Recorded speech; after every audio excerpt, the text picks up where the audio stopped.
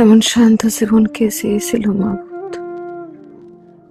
উৎসবে আনন্দ লাগে না, শোকে কান্না আসে না, আঘাতে দুঃখ লাগে না, দুঃখে অবাক লাগে না।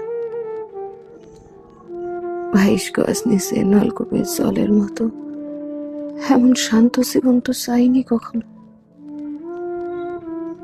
আমার নদীর জলের মতো বানাইতে পারতাম, বাতাসে ঢেউ হইতাম, মানুষ আসতো, দেখতো,